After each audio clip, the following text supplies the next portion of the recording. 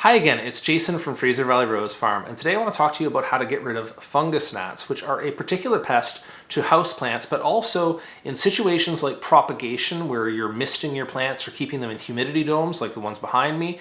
The soil stays moist for a while and you get fungus gnats. I'm putting up some pictures and a video of the fungus gnats now. They're pretty easy to identify. They look like a tiny little mosquito, but much, much smaller. In size, they would be more similar to something like a fruit fly or a shore fly, for which they can be mistaken, but chances are, if they're hanging around your plants and their soil, it's fungus gnats you're dealing with. So I'm going to deal with in this video how to get rid of them first, because that's probably what you came here for. Then after that, I'll talk to you about how to identify and to prevent them in the future.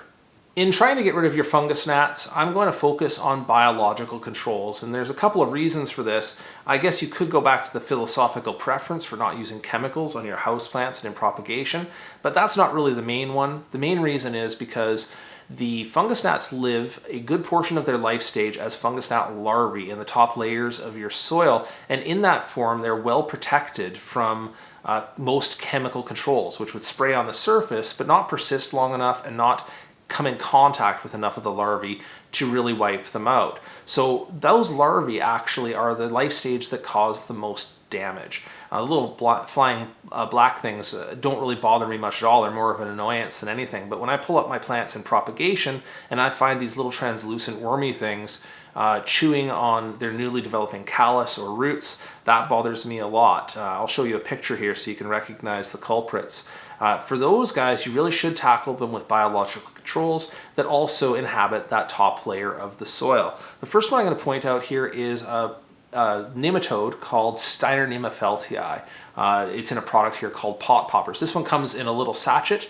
I'll open this up and show you how to apply it, and I'll insert a clip of that as well. And you just water it in, and then the Steiner Nema inhabits that top layer of soil, and it parasitizes the fungus gnat larvae and kills them. The second one I'm going to talk about here, I'm just going to put this down. The second one I'm going to talk about is a different product called in this case, mosquito dunks, or you can also get this as mosquito bits. Mosquitoes are in the same family as fungus gnats, and this is a bacteria, BTI or bacillus, that infects their intestinal tract, I think, and kills off the young larvae. So that's what this product does. Now, one advantage of this one, the Steiner Nema, is that it's a generalist. These guys will go after not only the fungus gnat larvae, but also thrips larvae. So if you have a problem with thrips, this will do double duty. This one here is only very specific to the members of the fly family, so mosquitoes, fungus gnats, shore flies, fruit flies, that kind of thing. Now, one last one I'll talk about, and it isn't as easily available in a product as these ones I have here, but Hypoaspis Myelis is a little predatory mite that also does double duty. It lives in that soil zone, and it's a mobile predator. It goes around really chewing up the larvae of the fungus gnats, but also of the thrips. So it's a good biological control to have around. Again, not so much in a dry product that you're going to buy on Amazon, but you'd want to go to your local grow store or your local horticulture distributor, somebody who distributes biological controls, and that would be a good one for that purpose. A word or two on prevention and detection. It pays to let your soil dry down a little bit between waterings, which I know is easier said than done when you're doing propagation. You don't really want a dry environment in propagation, so you're misting or you're keeping things in humidity domes. But for your basic houseplants, if you can let that surface dry down a little bit, that will make the fungus gnats a little less likely to move in.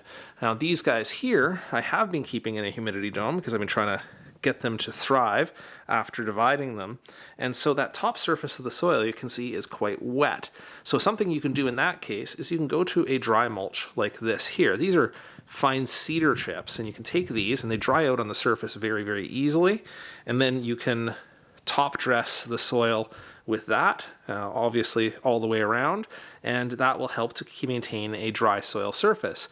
When the fungus gnats that are flying around try to lay their eggs, that makes it harder for them to access the soil down beneath and should reduce them reproducing to the fungus gnat larvae. One more thing I'll show you here just real quick is that there's a way to detect them. Now, this is not a control, these are yellow sticky cards are a way to detect them in your grow area.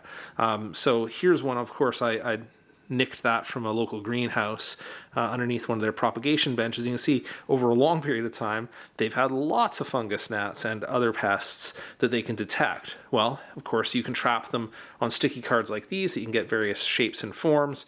The traps, again, don't work as a control necessarily, but they will tell you when you start to have a problem, and that may give you kind of a heads up to move on towards action.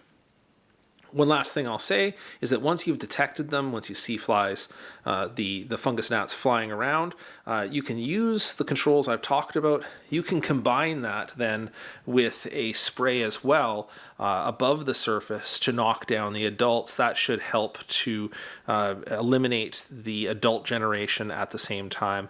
All right, that's all I have for you on fungus gnats today. I hope it's been useful. If you have any questions about it, please drop those below the video and I'll see what I can do to help. Thanks so much.